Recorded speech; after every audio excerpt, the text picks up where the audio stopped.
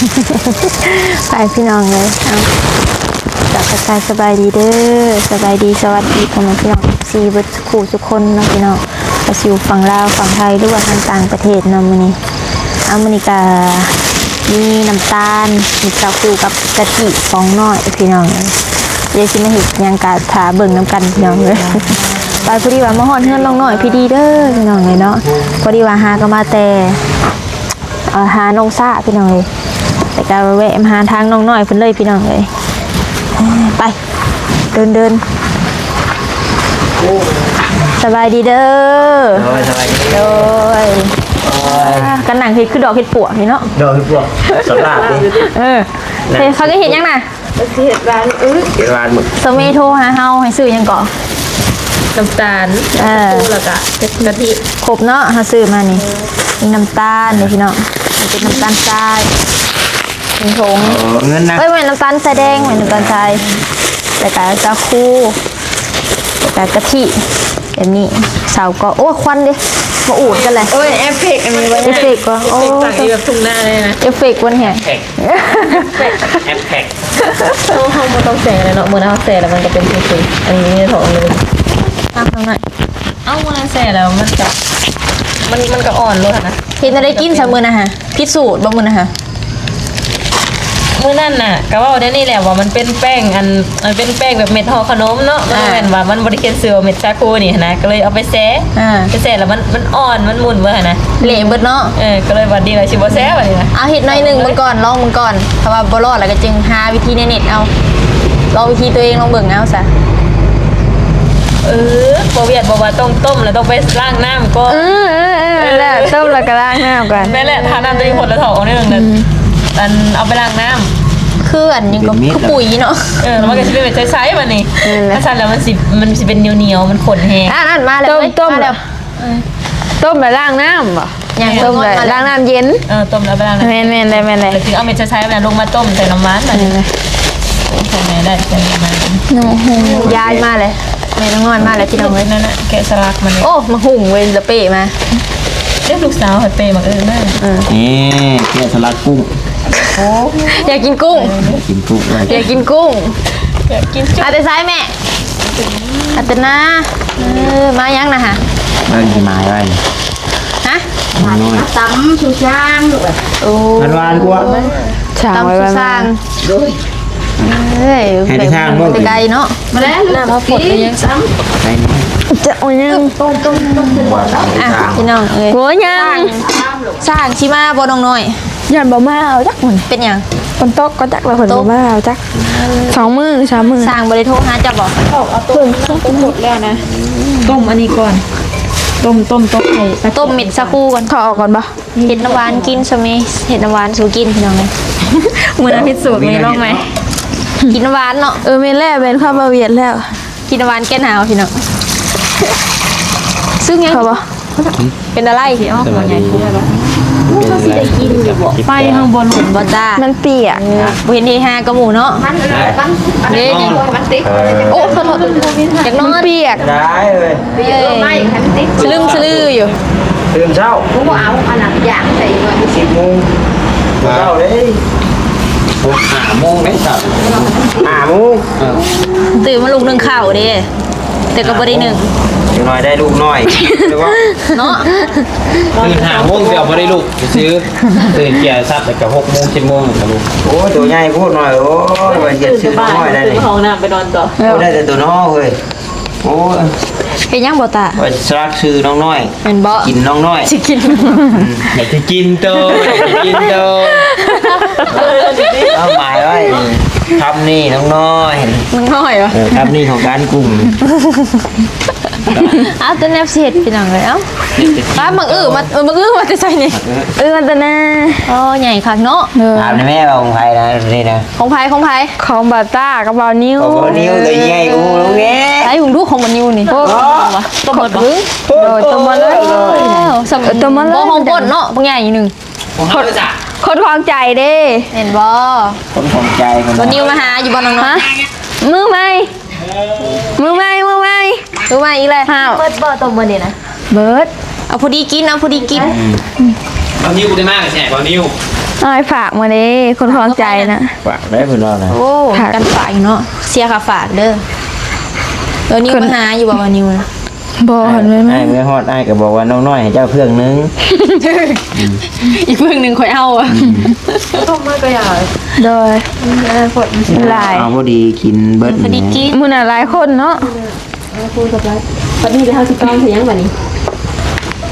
บ่มีนะ เอามือโห บ่ต้องก็ได้บ่ต้อง ตอมเย็นมันก็ไปน้ำหน้ามันตะบ่ต้องมันก็คิ้วนี่มันเป็นวุ่นดีนะ พากันเถียงกันอยู่พี่น้อง เขาที่ไปเติมน้ำแล้วต้องได้ สามีต้มสั ล่าก ง ปู ล่างตัวอันนี้วันนี้ออกแล้วเขามีอันตองอันตองยังไง เอาไปไล่น้ำมึงก่อนหั่นนะแล้วก็ค่อยๆเอาบ่วงตักเอา มื้อเช้าๆแบบบ่าวตาว่าเอาเลย แม่น ทอกใส่น้ำทอกใส่น้ำเย็นแล้วก็ ข้า ซาว ก็น้ำห้อนดูทำพื้นมันห้อนได้ข้าว เขาสิไปเจ้าน้ำเย็นอยู่แต่ว่ามันก็สิรอดไปว่าจ้าน้อยเองเนาะ แล้วมัน ลองเบิ่งเฮา แม่ แม่ เห็ ต้ ด อง แต่ก็จะลดปุดเตองเห็ดอันใบตองในพื้นงามนี่ลดปุดแล้วมองเห็ด เห็นบ่แม่ โดย โอ้คักดีซะเนาะ ว่าเอาอันนี้จ้องเอามา นี่ต้อมมันสิง่ายแต่ว่าเฮาบ่มีพี่น้องเอ้ยก็เอามือซาวๆลองเบิ่งหั่นแหละ เช้าได้เช้าเอา เอาเลยซาวเอา มันผลแห้งอันนี้มันยังเน่า น้ำฝนยังใส่ได้ปะ น้ำพ้น อย่าง น้ำในกระพุ้ยใส่อันนี้ได้ปะ จะใส่ก็ยังทางพื้นไว้ถกขี้ทรายออก ทั้งพื้นเฮาบ่ได้อันใหม่เด้ คิดแท้ พอแล้วแม่ถกออกบ่ได้มันลำลาย น้ำหนักเฮาบ่ได้ล้างพุยไว้เด้พี่น้องพุยตัวนี้แหละเพราะว่า มันมีแต่ทรายอยู่ เราจะเอามาล่างเลยไหน เอาบ่ได้ถอกน้ำออกหั้นนะพี่น้องบ่ได้อนามัยทางมันในทางมันเพราะว่าสร้างเพิ่นก็ใส่น้ำในทางตัวนี้เอาขู่ที่แบบมันมีปูนอหยังนะตักใส่มันก็อยากเปื้อนแน่เฮาก็บ่ได้ล้างน้ำตัวนี้มีแต่ว่าไปสูบเอาแน่นั่นแหละ โดยฮะ มองว่าวันนี้อาหารเป็นแบบ ได้หลายบ่ตัวนะ ไปซอยกันเฮ็ด เอาน้ำกินแล้ว สมพอแล้วมันคือคิ้วอะใส่ไหมเนาะ ใส่ไหมนั่นนี่ นึกว่าใส่ถ่าน จะไม่ได้นะ น่าสิบีบไหม What's the name ทานมันเนาะทาน เอายังว่าตองนี่เอามือยุบคือว่ามันบ่ได้มันต้องมีแนวตอง มันบ่มี ขาใช้ยังมืออยู่ มันมีราคาจะใช้ได้ดู สิมียังนี่ หนึ่งก็บ่มี โอ้ใบลาแล้วเนาะ สิ คำว่า ค่อยเย็นๆออกว่าอันนี้มันคือสิคน คนก่อน คนมันเย็น ก่อนกับวันนั้น คือตาเขียวปาก แป้งอันนี้นี่แหละ แป้งสาคูแป้งมัน เคยเห็นกินเนาะวันไหนได้ยินบอกอย่าเพิ่นเอาว่าต้มแล้วเอามา ๆ ล้าง อันมันตุ้ยๆหรือเนาะ อันนี้น้อยเนาะ น้อยเลย มันปนกันบ่ ต้องเขาเจ้าเห็ดน้ำหวาน มึงต้องเอาเห็ดมันหันตุ้ยลิ้มมึงนะ บ่นะก็เลยอันเฮาพันในต้มนั้น มันตุ้ยเป็นย้อนแส่ไว้บ่ บ่แช่ว่ามันก็ต้อง เปื่อยแล้วแช่ เห็นบ่เฮาก็บ่ฮู้แนวเฮ็ดคือกันเห็นแต่ไม่เฒ่าเฮ็ดอยู่บ่เมื่อวาน ไล่ไปตอนนั้น แม่นเฮาเรียนตัว เคยได้หน่อย มื้อเช้า อันนั้น เอฟเฟกต์อยู่เนาะ ให้มันติด มาบ่ฮู้เวลารีเอฟเฟกต์นี่ โทษเอฟพี ไม่ได้เอฟเฟกต์นี่ตาแดงเลย ได้ลูกแล้วบาน เป็นจะได้เฮือนซานน้องเฮือนซานตูค่ะ ย่างภาษากับบ่มา2 มื้อ3 มื้อแล้ว กะโลไปหอใส่แรงงานกะโลนะ ได้ ตัวนี้ยังจะปูจงป่องอยู่เพิ่นแก่บ่รู้ว่าใด โดยบ่อนเพิ่นยังบ่ได้ปูเพิ่นยังบ่ใส่เพิ่นก็บ่ได้มา2-3 มื้อแล้วเด้ ตกตกบ่รู้ว่าใด ตักเพิ่นเราค่าพี่อ่ะเพิ่น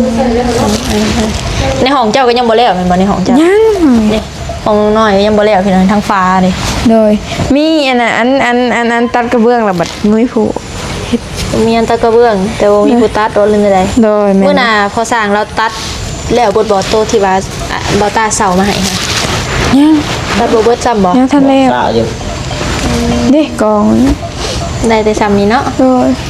เสากำหนดสำเนาะบ่ตาเนาะ เออ มีแต่ แต่ อัน จริงเพิ่นก็บ่ได้ มื กำ อ หน เดี ด ยว นั้นดอกอ้ายก็แก้ไม้อยู่มื้อที่2มื้อนั้นก็ โดย มาอีกแล้วอีก โอ้เจ้าแก่มาให้บ่มือที่สองกัน มาเมื่อก็แก้มากันเพิ่นก็เศร้ามื้อเดียวแต่ว่าเอามาก็ได้แต่ว่าเราบ่มาแล้วเขาก็บ่อยากเอาเพิ่นมาเรื่อยอีนะ แม่นอะไรเนาะของเพิ่นบ่คือของเฮา ครับ ยานเฮ็ดที่ของเพิ่นบ่แห้งแล้วเฮาเป็นโทษโอเคไหมเพิ่นฟังนี่เนาะ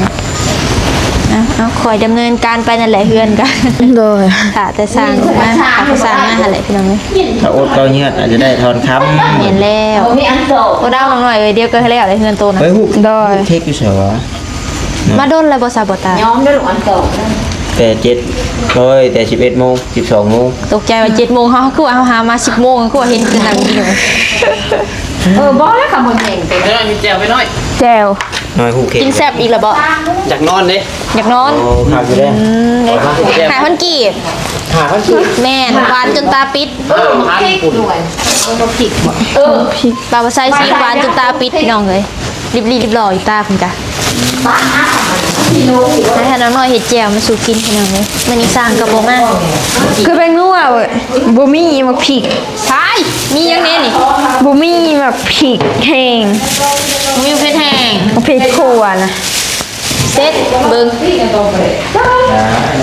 ปลาใส่มุ้ยแบบพริกแห้งได้มุ้ยเพชรขวเอ้ย ง่วงแล้วเลยถุงเมียเพชร โดยกินแบบออริจินอลบ่ ข้าวเด้ ขั่วนะพริกขั่วนะ ก็ได้ ใช่แล้วมีบ่แหละ เพชรนี่ก็ได้นะ เออ เพชรนี่ก็ได้นะ บ่มีอันโตะขั่วนะโตะขั่วนะ ไม่แสบ เพช ตาร นี่ก็ได้เพชรเพชรเพชรทุกเพชรนั่นก็ได้เลย ของเพชรห่าวอะไรเพชรแห้ง โอ้มี มีเผ็ดหาว เอาตั้มแล้วเป็น ใช่ว่าโตบ่มี บ่มีอันโตะขั่วนะ ได้ โตเป็นพงค่ะบ่ถ้าว่าโตมันเป็นหมาค่ะตำเอาก็ได้น้องเลยมันเป็นมาพริกแห้งมันตำง่ายอยู่เลยตำใส่เอา ดูนอนนะจ๊ะ ไพ่มาเผาซะน้องหน่อยเลยบ่มี พอเฮามา จะพอบ่ มีแต่พอแล้วมันนอน แล้วนอนฝากอยู่ใส่ซะน้อง อยู่เนาะอยู่ไหนบ่ได้อยู่เนาะหาเขาบ่ฮู้ ปวดตอนไหนอยู่เนาะบ่ แม่นเลย แต่วันนี้เขามันอยู่ในแล้ววะ สีแดงเราทำได้ เบิ่งไว้ของหน่อยก็กวางเนาะบ่แล้วเลย กวางของเจ้าอยู่ กวางก็ของข่อยอยู่เลยนี่ค่ะ อันนี้คือรูปนะ โคกได้บ่น่ะ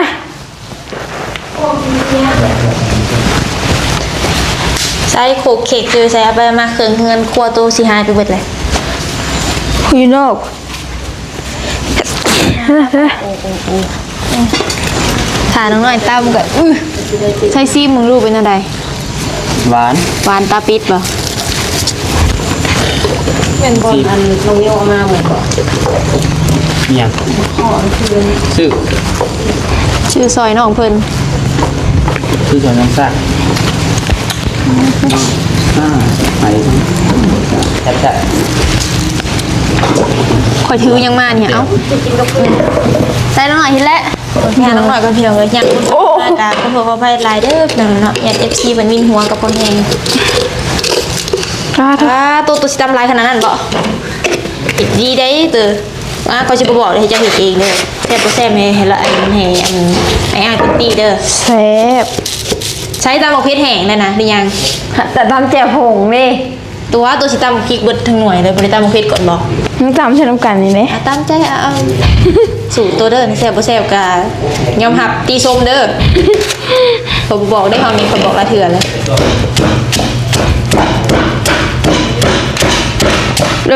เนาะในความจ่าเลยแล้วเนี่ย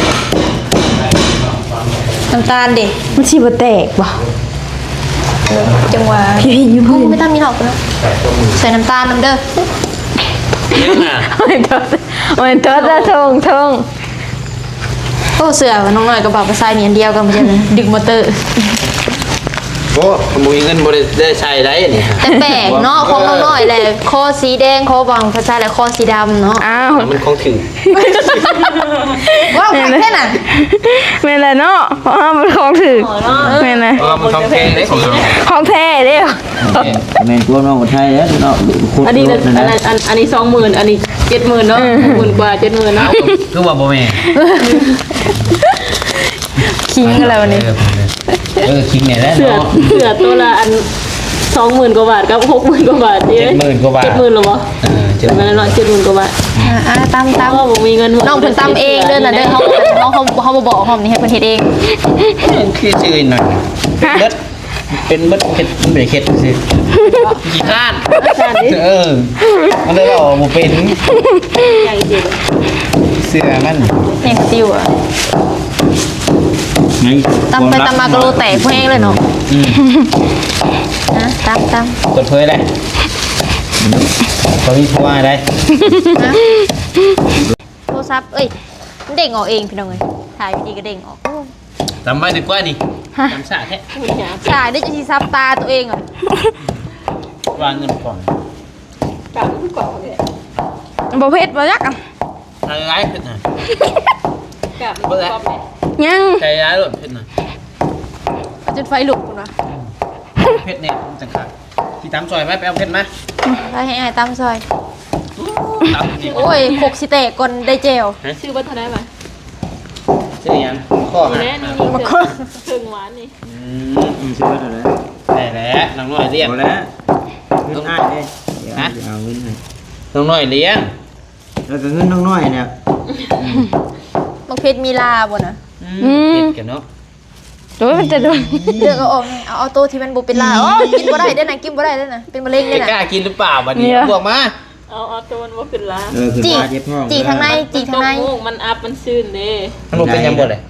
เป็นกินหลายๆเทื่ ใส่ อ บ่วงได้ซะหน่อยเอามาตัดของคน เฮาสิเป็นมะเร็งหลายๆไปบ่กล้ากินมันบ่เป็น บ่อยากกิน สิจับเกลือกิน บ่ทันน่ะ โอ้ยมันจะโดนแล้ว ไปเอามาแต่ไส้นั่นเนี่ยตองอะแม่โอ้ยต้องเป็นมาดุเนาะอย่างน้อยไปยืมแนวตอง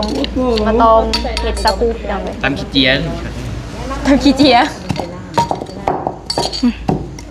จะโดนแล้ว อีก ญาตินี่หมกเผ็ดกับพี่น้องเลย มันจะแล้ว มันบ่อยากเข้านะเอาอีก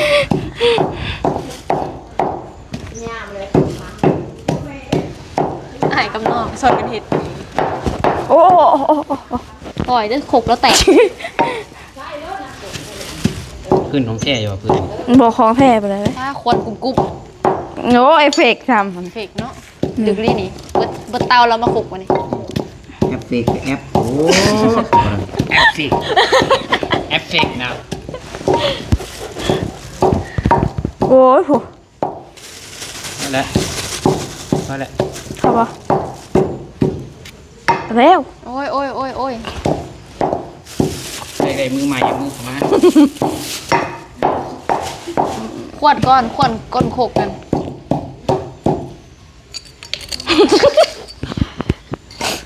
เคยเมื่อยน้ำดิ ผู้ดีสามบ่มาติอืม เงียบเงาเราบนนี้ยินเสียงตื่นๆตาดๆนะ โดย ก็โลเลยจะเจ็บสมหน่อยบริหนัก 2 มือ3 มือหรือว่าจะ ต้องใช้มือเลย 2 มือจัก2 มือ โอ้ย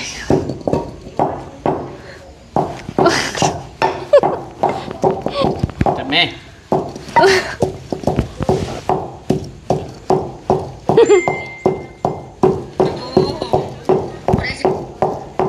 คนจับกับคนตามกันเป็นคนละทิศคนละทางเด้ ผู้ขกแตกเลย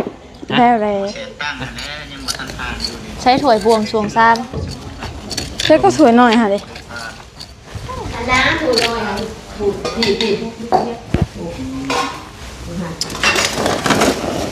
ชิมมันก่อนเก็บท้องมาจากน้อยเนาะ ปวดเจ็บแล้ว ว้าวโกนเลยด้วยเขาชิว่าโกน แม่นบ่ แม่ ไปเห็นยังกับขบวนว่าก่อนเนาะบ่เป็นยังอันนี้ เสื้อผ้าขาหัวนะสามมือนะเขาก่อนเนี่ย ำผ่า คือมื้อ นี่ นั้น เลย มื้อเอิ้นสิขับมื้อเข้าป่ากับเบาลี่หาเบาลี่เว้าลงป่าลงอีหลี ลงทีบลงแดนอีกอะนะ คือการขันนอกโกนแล้วต้องลงอันนี้คือการ เห็นบ่ เงินได้สักนิด สั่นเลยเขาบอกว่าเอายังไง เขาบ่อยากได้เงินดอกเอา มันมีได้ดิ เขามาเสือ ตัวน้อย โดย โอเคอยู่นี่นะมันเหนือว่า เดี๋ยวเลย แก้วมันจะตำลายก็ได้ติ นี่คือเพื่อนสิกินเบิดนี่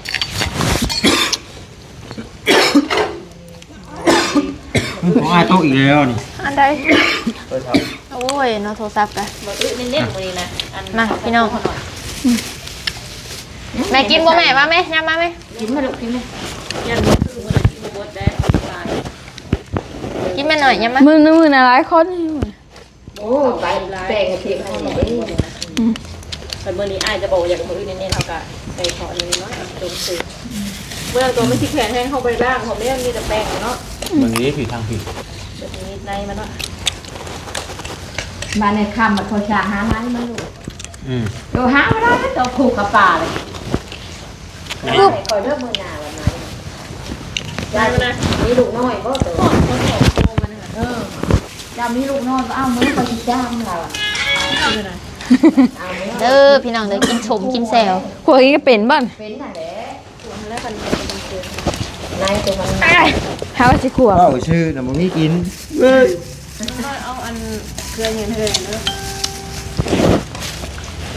เจ้าละรอดแต่มาจ้าเกลือเด้อวะ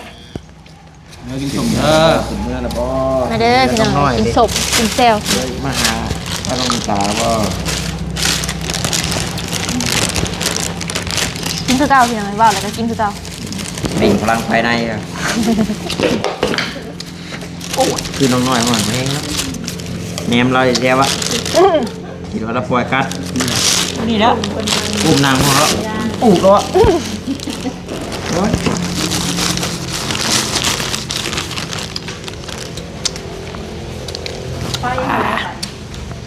เนาะซับไปเลยช่องน้ำเกลือ เอาได้ไหมได้ไหมสี เอาบ่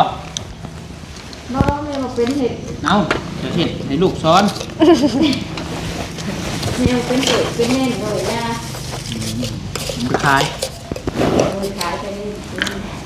ขายเข้าไปได้10,000มา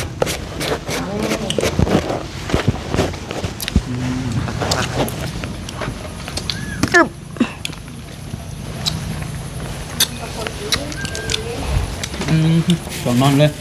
นั่นเลยแม่คุกเข้ามา เอาให้ลูกกิน สาดให้มันปูอยู่ในพูน ผู้บรรยากาศเนาะ ปูว่าสาดทองกลางคืนว่าเมื่อยเด็ก ผู้เดียว แม่เป็นปากเลยเด้เป็นเช้า บ่ทุกบ่ปูก็อย่าดอก คนไหนคนมันได้สิ พี่นั่งก็นั่งก็ สาดทองกลางคืนเถอะ นี่มันเด็กๆนะ อยู่นั่งหลาย แล้วนั่งให้แล้ว อยู่นั่งหลายสิแม่น้ำแดงตามไปดิ บ่ดึกสายนะ บ่เร็วน้ำอะไรเลย แล้ว นาย ถ่ายอยู่แล้วครับ นายนั่นบ่กิน มาเกลือมาอีกวะ เกลือบ่วะ มากันแล้วนะ กูเรากินเค็มนี่ นี่ตอนพริกทั้งทอก ยังไม่ได้กินได้นี่ เนาะ เอาว่า นี่ลูกแกนี่ มันเขาขับเดียว น้องนี่ลงสวรรค์บ่ น่าจะ ชอบปะ